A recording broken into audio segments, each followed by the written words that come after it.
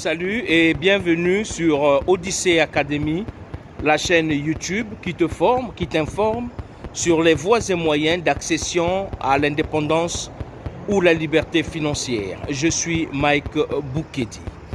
Dans la vidéo d'aujourd'hui, je viens apporter une lumière dans le rôle que doivent jouer les intellectuels en général, mais surtout nos intellectuels à nous, Africains.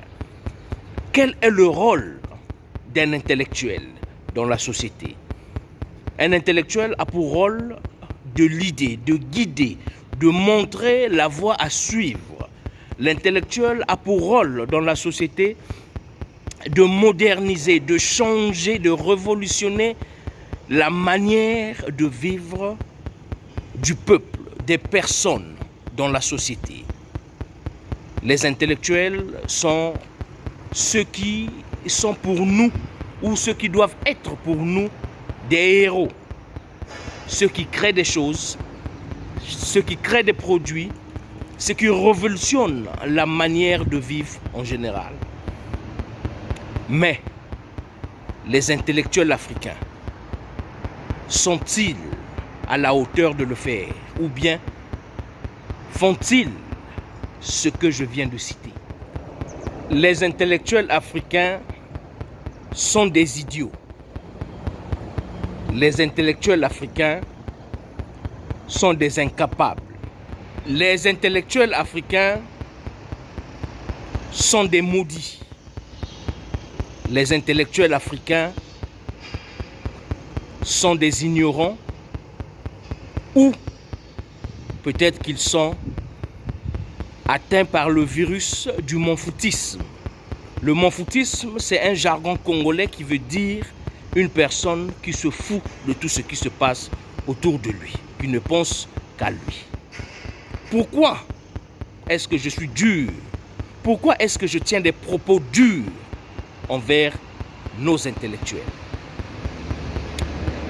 Eh bien parce que je ne peux pas comprendre, je ne peux pas concevoir qu'une personne qui ait sacrifié sa vie, 20 ans, 25 ans d'études, des études brillantes, sanctionnées par des gros diplômes, des doctorats, des professorats, certains sont même des experts en une matière. Mais après ce long sacrifice, qu'est-ce qu'ils vont faire à la fin de leur parcours scolaire? C'est de rédiger une lettre de demande d'emploi. J'ai l'honneur de... C'est ignoble. C'est ignoble. Moi, à leur place, je serais couvert d'ignominie. Je prends un exemple. Une personne qui a consacré sa vie, qui a consacré son énergie, qui a sacrifié son temps pour étudier la médecine. Ce dernier a fini brillamment, docteur en médecine, professeur. Mais à la fin, il va chercher un emploi dans une clinique, dans un hôpital ou dans un centre universitaire. Ou même, il va finir enseignant. Mon frère, si c'est ton cas, il faut savoir que c'est un échec. C'est un échec parce que nous oublions que les études sont des investissements. Les études sont des crédits que l'on prend. Si tu prends un crédit, je prends un exemple, si tu as fini la médecine, c'est un crédit de quoi? De peut-être, je prends 100 000 euros par exemple. Et que tu ailles postuler pour un poste. Combien de temps te faudra-t-il pour rembourser ce crédit? À quel moment vas-tu épargner? À quel moment vas-tu vivre ta vie? Nos intellectuels sont des idiots. Pour l'anecdote, savez-vous qu'il y a plus de médecins exerçant en Europe qu'il y a en Afrique, des médecins africains. Je vais rephraser cela. Si dans le monde entier, les Africains en sont médecins, savez-vous que au moins 70 de ces médecins pratiquent hors de l'Afrique, sont employés, sont embauchés en Europe, en Amérique, qu'il y a en Afrique. Alors que l'Afrique, côté médecine, vit un marasme. En Afrique, nous avons besoin des médecins. Nous avons besoin de ces enfants, ces Africains qui sont sortis, qui sont partis étudier la médecine pour maintenant apporter leurs compétences, leur expérience, leurs connaissances pour éradiquer certaines maladies. Mais non, ils sont ici à l'aise en Europe et ils pensent qu'ici ils gagnent mieux. Et après, ils sont sur des réseaux sociaux pour critiquer les politiques. Mon frère, si tu es médecin, contente-toi de la médecine. Nous aimons trop les diplômes. Nous aimons trop les titres. Chercheurs en ceci, spécialistes en cela, experts en économie. Alors que l'Afrique souffre du marasme économique. L'économie africaine est grabataire. Alors que nous avons des soi-disant experts en économie. Mon frère, si tu as subi une éducation scolaire et que tu l'as achevée avec un grand diplôme, avant d'aller chercher du travail, assieds-toi d'abord. Réfléchis, dis-toi, demande-toi de ce que j'ai appris, ce que j'ai étudié. Quel apport pourrais-je avoir pour mon pays? Pense-y.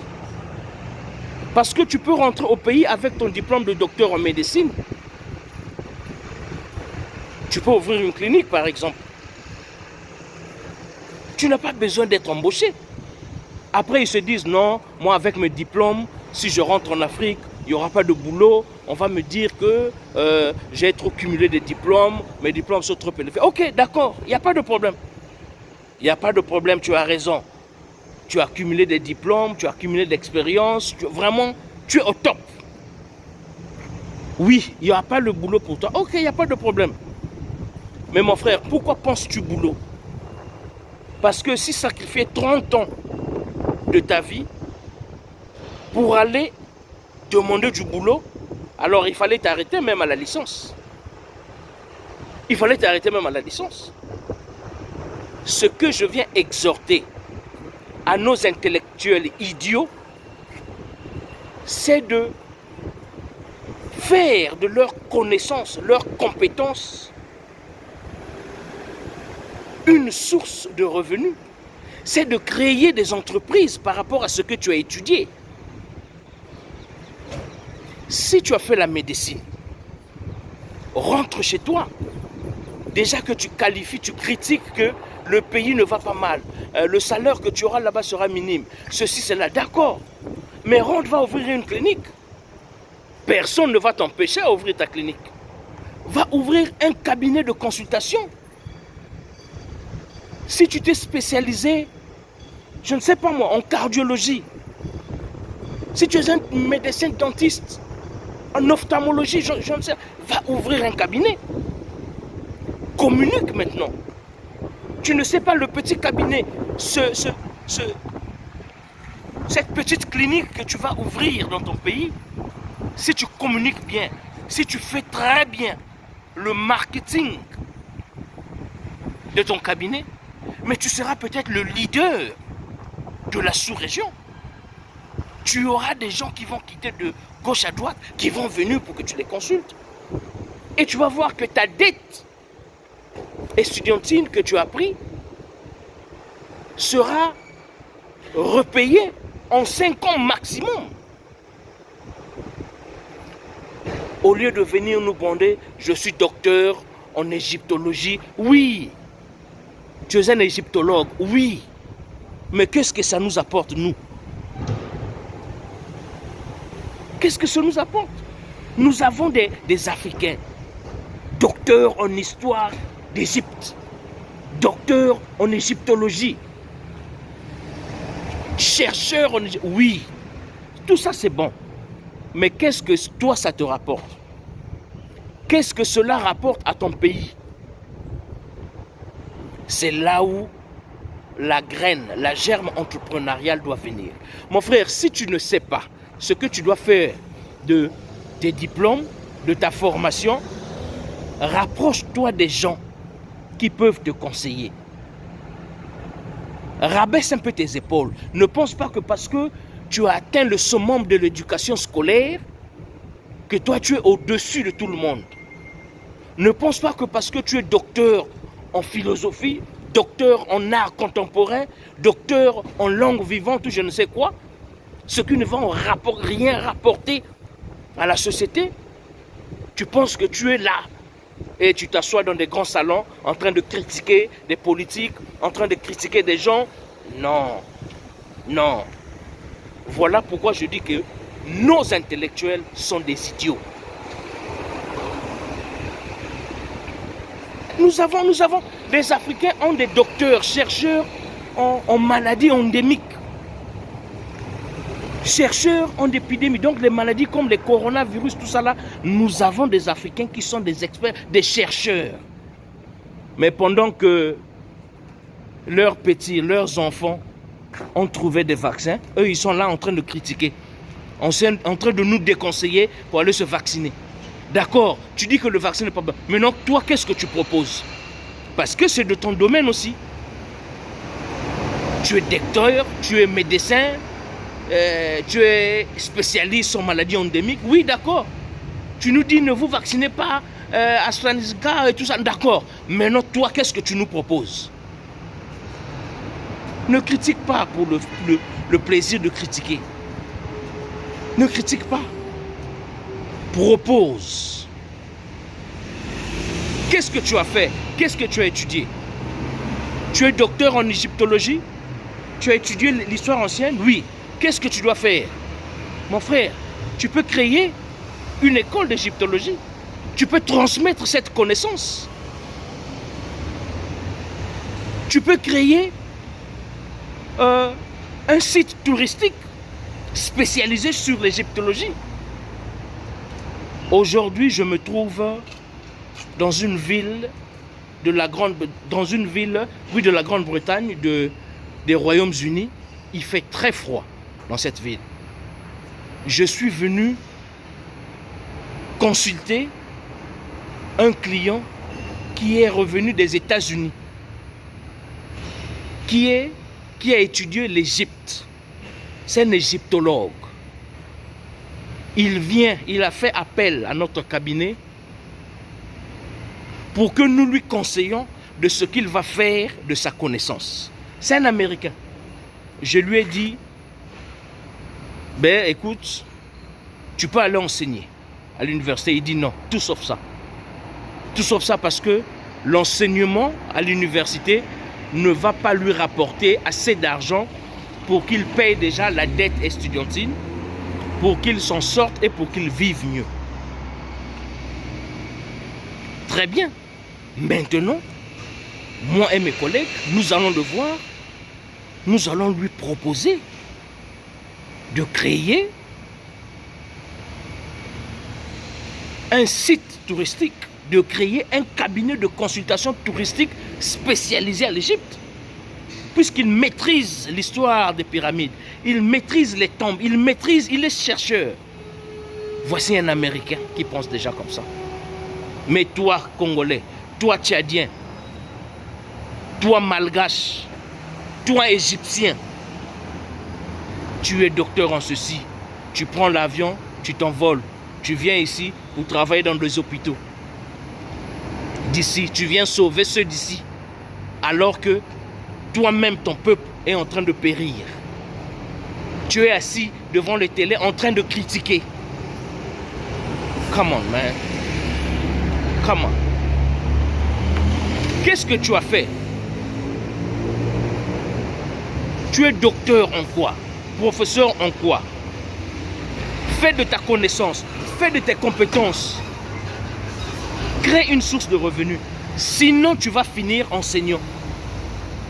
Nous savons tous que quand tu finis docteur, tu es enseignant. Ou tu es médecin quelque part. Donc, tu es embauché.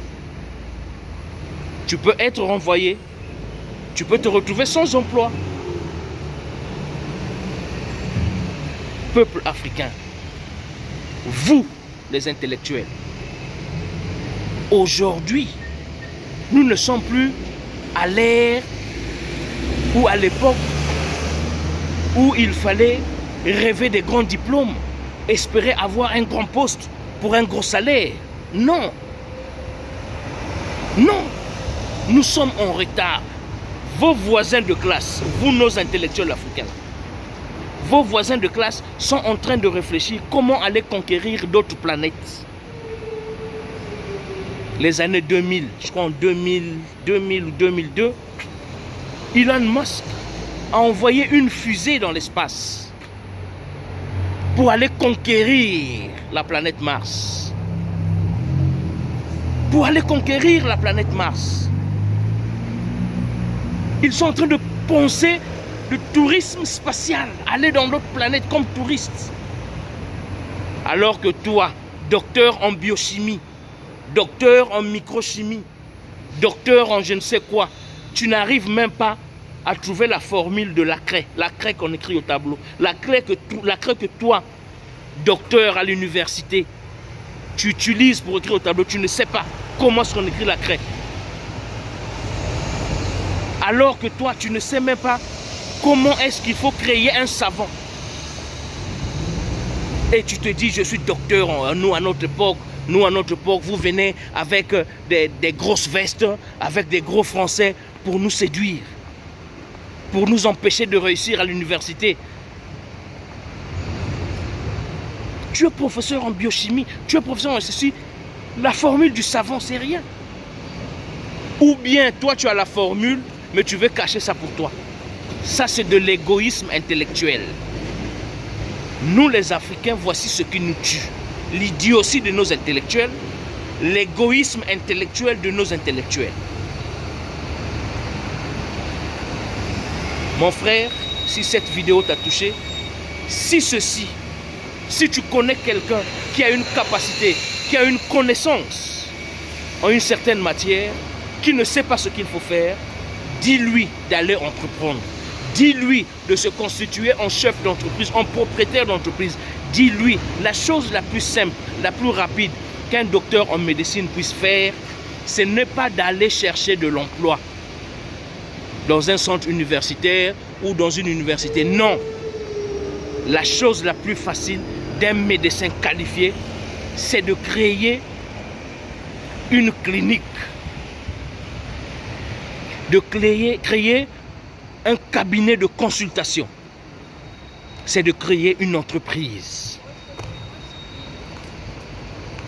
Ce que vous oubliez, vous, nos intellectuels, c'est que le parcours scolaire impeccable, limpide, clair que vous avez effectué fera de vous des employés.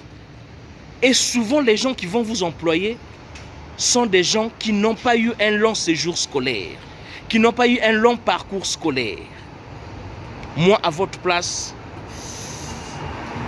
je serais couvert de honte que je sois employé par quelqu'un qui était moins brillant que moi à l'école. Alors que vous devez servir de modèle. Un docteur, c'est quoi? Vous pensez que avoir un doctorat, c'est faire des efforts? Non, mon frère. Si tu es professeur en quelque chose, tu es professeur en récitation, parce que tout ce que tu as étudié, tout ce que tu sais, tout ce que tu connais, ce n'est pas toi qui l'as créé, ce n'est pas toi qui l'as cherché. Ce sont les résultats des recherches de quelqu'un d'autre, que toi tu as étudié, que toi tu as maîtrisé. Après, tu viens réciter devant un conglomérat de gens et on te dit oui, toi tu es un bon réciteur, tu as bien enregistré cela, Tu as bien fait le perroquet, voilà, on te donne un doctorat. Puisque toi-même, de ton doctorat, depuis que tu l'as, tu n'as jamais rien créé. Tu es un chercheur, tu n'as jamais rien trouvé. Tu es docteur en lettres ou je ne sais quoi là. Tu n'as jamais écrit un livre. Rien. Tu n'as pas fait un polycope. Rien. Tu n'as même pas créé une petite école. Rien. Intellectuel africain, il est temps que vous vous arrêtiez un peu, que vous réfléchissez. Qu'est-ce que tu peux faire pour que ton pays puisse se démarquer?